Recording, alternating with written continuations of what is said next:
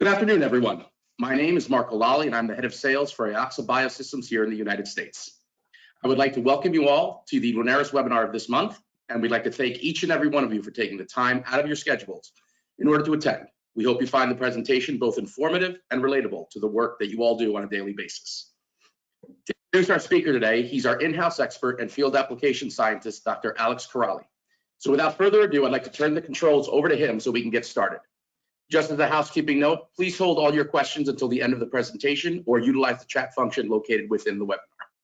We would greatly appreciate it, and we look forward to speaking to you afterwards. Alex, take it away. Thank you, Marco. Thank you for the kind introduction, and welcome everyone to, again, our webinar today.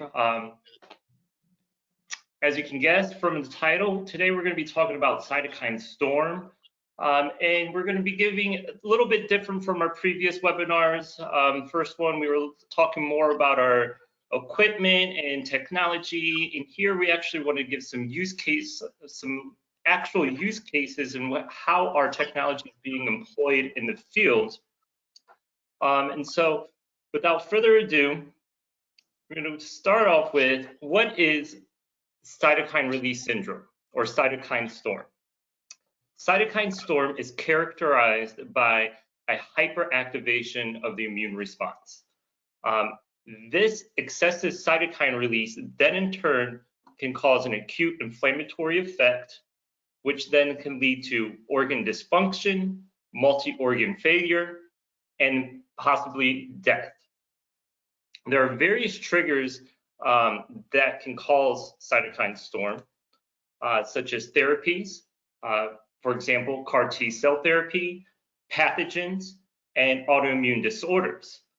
Some of the key players that we see in cytokine release syndrome is your cytokines IL-6, IL-1 beta, and TNF-alpha, and so on. Another triggering factor, which in light of recent news, is COVID-19.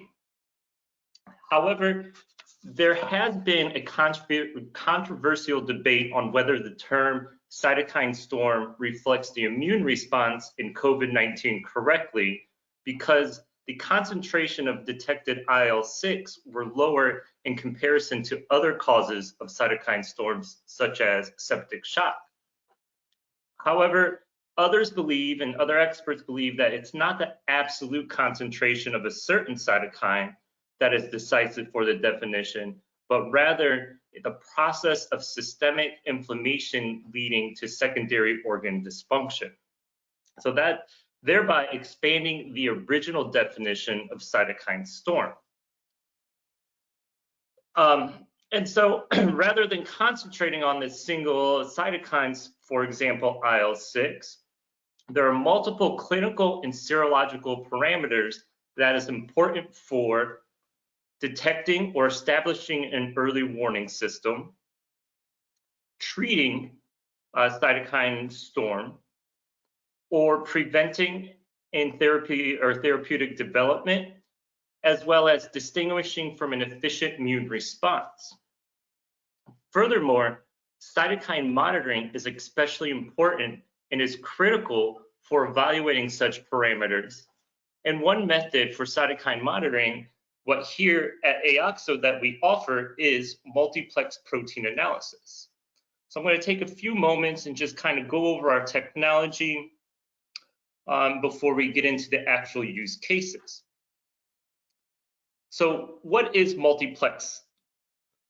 Multiplex technology, and I know most of you are familiar with, is ELISA, is a technology that allows you to measure more than one cytokine or analyte per sample.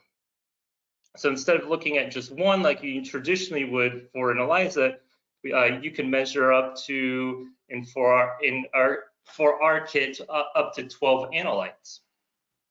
And you can measure these analytes through various clinically relevant sample types. Our kits are validated for plasma, serum, and cell culture supernatant, as well as other experimental sample types such as lung aspirate, as cerebral spinal fluid. And here we can detect different secreted markers such as cytokines, chemokines, and both growth and complement factors. Now, LUNARIS is a plantar bead detection system. What you see here on the first photo is our heart and soul of our technology, which is our biochip. Our biochips come in 96 well format. And if you take a close in this middle image, you can see that there's about 10,000 cavities, microcavities per well, which houses the beads. Performance-wise, we have a sensitivity of a picogram per milliliter with a dynamic range of 3 to 4 logs. What sets us apart from our competitors is that we can analyze using as little as 3 microliters of sample per volume. We also offer a flexible format, so we can run either 1 biochip for 96 wells up to 4 biochips to 384 wells. And then a couple unique traits that I'd like to go over. So in our production facility, for each biochip, we go through a sequential deposition principle. So imagine each one of these circles is just 1 well, and we're gonna, again, this is in our production facility, produce a 4-plex kit. The first analyte is poured over the wells, and a photo is taken to capture the location of these beads.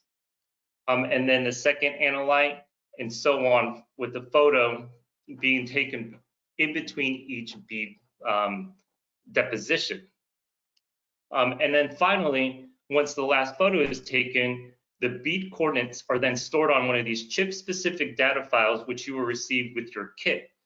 So each well is not only is unique, but each biochip is unique in principle.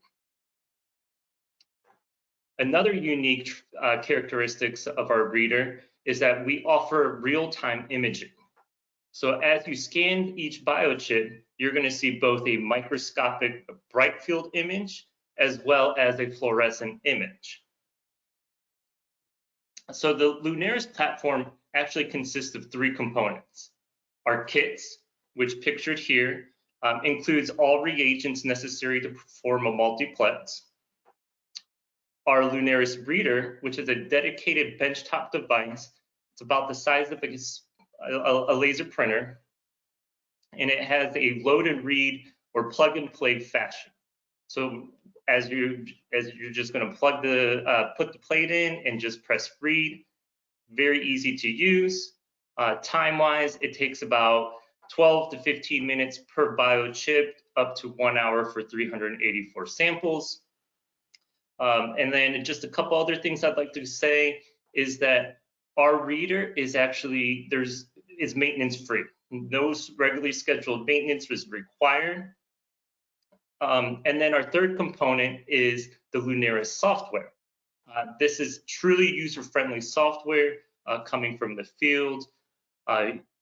You can complete data reports within less than 1 minute. You have the options of exporting graphs in your data reports. And what I truly enjoy and like is that you have access to all raw data. Therefore, you can go into other programs for further analysis. So on to the use cases. So for our first use case, we're going to be looking at graft-versus-host-disease and the correlation of cytokine profiles within clinical outcomes. So we're going to be looking to establish that early warning system that I mentioned in the first slide. So graft-versus-host-disease, and just a little background, is a common complication of allogenic stem cells or bone marrow, or allogenic stem cells / bone marrow transplantation. Leukocytes in the graft are activated by a foreign host tissue and begin to attack the recipient's body cells. This in turn leads to an uncontrolled inflammation, which then leads to multi-organ damage. There is a need for establishing a biomarker signature to guide early intervention to be able to detect whether or not a patient is going through cytokine storm or not. So in this first study, We partnered with, our partner and collaborator, Vicky Basoidis out of the Beth Israel Medical Center, aimed to do a risk assessment study for their immune reconstitution after cord blood transplantation in graft-versus-host disease. In the initial study, they had 27 patients where blood drawn was taken at baseline plus 6 time points. From there, they took serum and cell culture or cell fractions, and then from the serum, they used our human 11-plex cytokine kit. And then at this point, they wanted to actually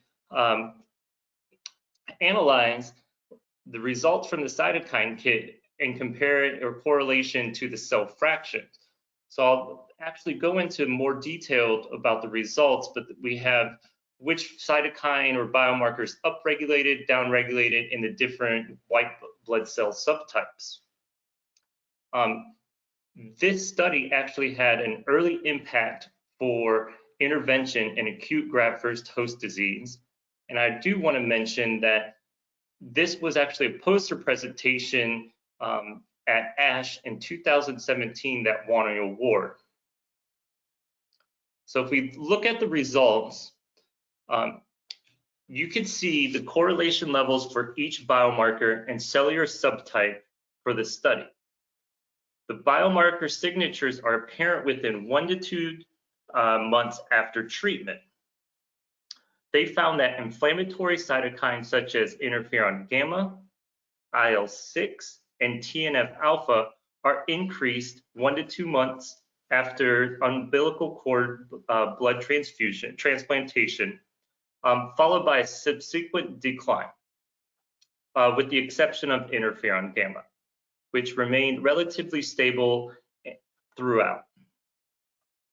They also found that IL-6 levels during the post-transplant period had a positive correlation with the development of chronic graft-versus-host disease. So overall, what this has led to is a follow-up study that is multi-center, multi-patients with over 300 patients enrolled. So for our next use case, again, we'll be looking at graft-versus-host disease and the effect of extracorporeal photopheresis on cytokine release. So for graft-versus-host disease, systemic corticosteroids are the gold standard for graft-versus-host disease, but carry the risk of infection to the patient, and/or patients can actually experience what is called steroid refractory, where they don't respond too well to the corticosteroids. ECP is a second-line treatment for graft-versus-host disease, which has been associated with good clinical responses. ECP employs apheresis of peripheral mononuclear cells, followed by photoactivation with a photosensitizing agent and UVA light to destroy the white blood cells, then reinfusion of these cells back into the patient. So in this study conducted by Wang et al., 7 patients who were diagnosed with acute or chronic graft-versus-host disease and experienced steroid refractory underwent ECP procedures. For each patient, you can see a fast reduction for all 4 of the pro-inflammatory cytokines. So for A, we see IL-1 beta, we see a decrease in IL-6, in box B, IL-8, and TNF-alpha. What's interesting here, though, is that patient 7 in both IL-1 beta and TNF-alpha showed a rebound effect after steroid reduction, which is common in steroid therapy. Eventually, though, the levels do decrease once the ECP is continued. I mean, just kind of a closer look, The dashed lines in each graph represent the median value of cytokine levels observed in healthy donors. And the black and gray box at the bottom on the x-axis represents the black is the frequency of ECP cycles, where black is high frequency. I believe it is 2 cycles per week. And the gray is low frequency, which is 2 cycles every other week. Overall, this suggests that ECP is a promising second-line treatment, especially for steroid non-responders. And for our third use case, we'll be taking a look at CAR T cell therapy in prevention and therapy development. Now, CAR T cell therapy is a pretty popular topic these days. It is being studied as an effective treatment for various types of cancers. Here, isolated T cells from a patient or a healthy donor are genetically engineered to express the chimeric antigen receptor, or CAR, that targets tumor cells. So essentially, it's a living drug against cancer cells. However, safety and efficacy must be assessed in preclinical studies. One of the main toxicities involved in CAR T cell therapy is cytokine release syndrome, or cytokine storm. If we take a closer look, increasing concentrations of interferon gamma and TNF alpha are caused by CAR T cells and tumor cell lysis. Activation of bystander immune cells and non-immune cells, for example, endothelial cells. Stimulation and expansion of monocytes and macrophages. Macrophages produce high concentrations of inflammatory mediators, particularly IL-6, which then enforces the clinical presentation of cytokine release syndrome. Unfortunately, for those who are watching on our YouTube channel, the primary investigator has requested to omit the following data, as the study's still ongoing and yet to be publicly available. Before we go into the final use case, I would like to mention that cytokine measurement is an important tool for early intervention, especially for those receiving CAR T cell therapy. And for our fourth and final case, we'll be looking at SARS-CoV-2 specific T cell activation. Now, cytokine storm plays an important role in the severity of some SARS-CoV-2 infections. That raises the question, what is the key to a balanced immune reaction against SARS-CoV-2?